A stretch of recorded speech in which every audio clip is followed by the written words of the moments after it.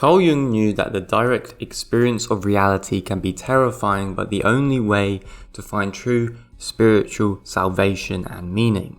He knew that Mother Nature can be a bitch. She doesn't care about you. Just look at the boxing ring. The boxer is not a naive individual. He is aware of the destructive forces within and without. His self-awareness makes him the most dangerous person in the room because he knows himself and what he is capable of. He dances with the forces of power by initiating his mind and body into trained unison. Two men doing everything they can to destroy each other. Sweat pouring, chests heaving, blood splatting. Getting punched in the face. Direct experience. And here's why naive people are more likely to be traumatized.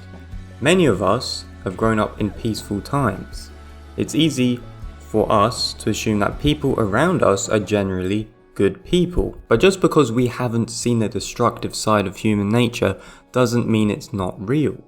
We're just naive to what the true nature of reality actually is. We are living the luxuries of what our ancestors strive to achieve and build, yet we should not negate the necessity of suffering and how it improves our own personal lives.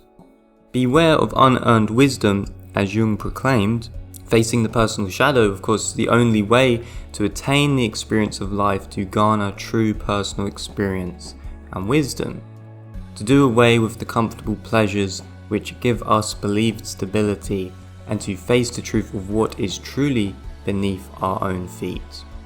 For example, so many priestly types preach from a book that illustrates no experience of their own lives whatsoever. They do not teach from the experience of life. They do not know what they are truly talking about.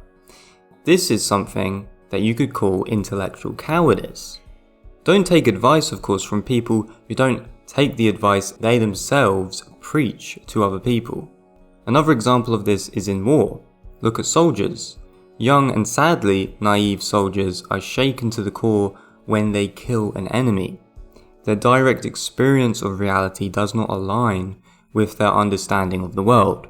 It doesn't align with how they view themselves. They have not had direct experience with reality in this form.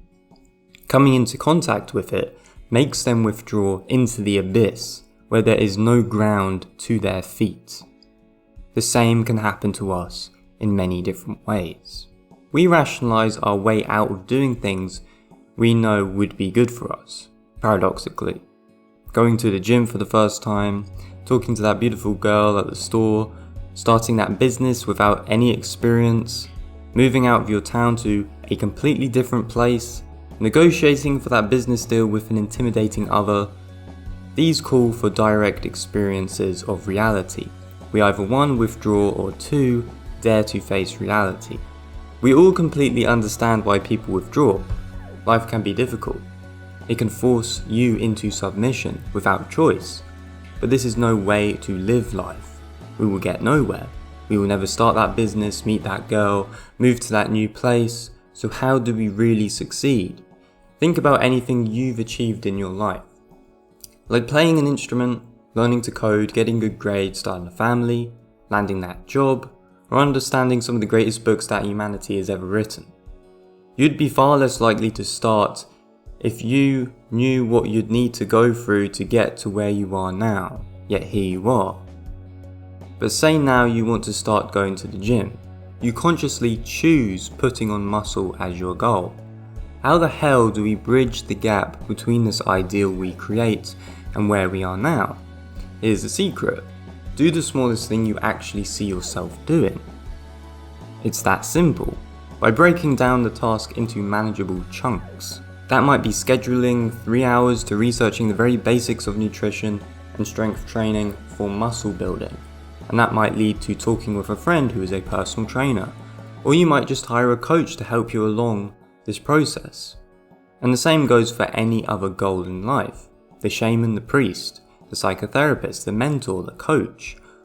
All of these guys act as soul guides. They help us make sense of direct experience itself. They contain our emotion as we walk forward into life. When we fail at school, in business, with women, in life, we often retreat and do not try again. But the key is to take a step back, assess what went wrong, set new goals, and try again. With each task you accomplish towards your goal, you confirm your own ability to deal with reality itself. You gain confidence. You are not allowing your failures to paralyze you. You slowly start to seize reality once again. You are learning to master it. So instead of allowing the difference between you and your ideal to stop you from trying, cut your goals down into manageable, realistic pieces. Set your goal. Schedule the smallest thing you actually see yourself doing. And get to work. This is how you start moving from where you are to where you want to be. This is why I have created My Oram Society. My Oram Society provides tailored coaching for health, wealth, relationships, and the cultivation of happiness. We've created the most cost-effective ways to level up across your entire life with tailored coaching from individuals in different disciplines. So if you're interested, come onto a free consultation call with me and we can run you down the entire process of how you can get involved in the program. I look forward to talking to you and I'll see you on the inside.